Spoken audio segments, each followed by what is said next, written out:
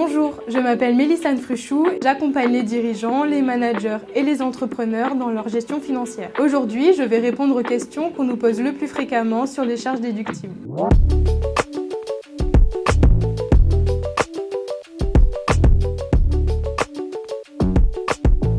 D'une façon assez simple, on peut dire qu'une charge déductible est une charge qui vient en déduction lors du calcul des résultats comptables et fiscaux d'une société. Connaître les conditions pour déduire des charges est donc un véritable enjeu de gestion de l'entreprise, notamment pour l'utilisation de son résultat.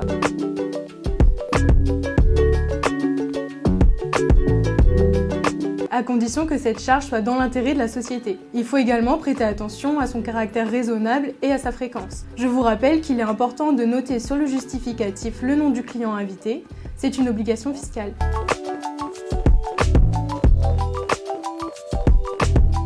Il est tout à fait possible d'acheter une console de jeu pour les salariés, au même titre qu'un baby-foot ou qu'une machine à café. Cela participe au confort des salariés au sein de l'entreprise.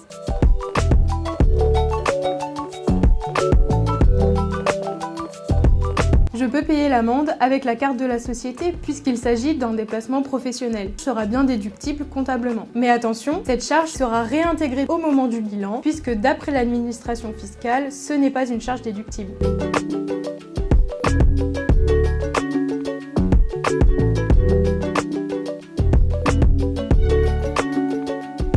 Il y a deux réponses à apporter à cette question. Grâce aux indemnités kilométriques, les salariés et les dirigeants d'une entreprise peuvent se faire rembourser leurs déplacements professionnels lorsqu'ils sont effectués avec leur véhicule personnel. Celle-ci se calcule en fonction d'un barème donné par l'administration fiscale. Dans ce cas précis, le plein d'essence reste à la charge personnelle puisque les indemnités kilométriques couvrent déjà cette dépense. Par contre, si le véhicule figure à l'actif de la société ou s'il est pris en location ou bien en crédit bail, les frais de carburant constituent une charge déductible.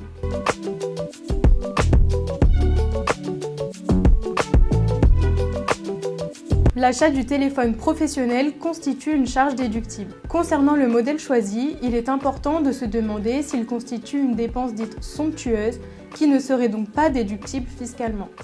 Cette charge ne doit pas non plus être disproportionnée par rapport à la situation de l'entreprise.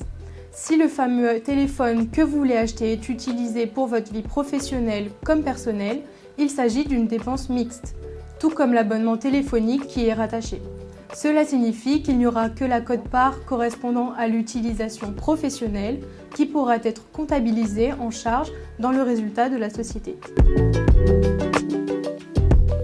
Concrètement, pour qu'une charge soit déductible, il faut qu'elle soit engagée dans l'intérêt direct de l'entreprise ou se rattacher à sa gestion normale. Dès que le lien peut être facilement établi entre une dépense et l'activité de la société, alors la dépense peut venir en déduction de son bénéfice.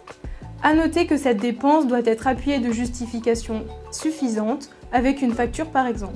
En fait, un entrepreneur peut faire des cadeaux à ses partenaires, inviter des clients au restaurant, procéder à des déplacements professionnels, même lointains, dès lors que ces dépenses peuvent être reliées à un élément de l'activité professionnelle. Mais attention, une charge déductible comptablement n'est pas forcément déductible fiscalement. Par exemple, l'administration fiscale n'admettra pas les charges dites luxueuses, les amendes, la taxe sur les véhicules de société, une part des amortissements liés aux véhicules particuliers au-delà d'un certain seuil, ou encore certaines provisions. Difficile de rattacher à la gestion normale de l'entreprise un week-end au spa, une montre suisse ou une journée shopping.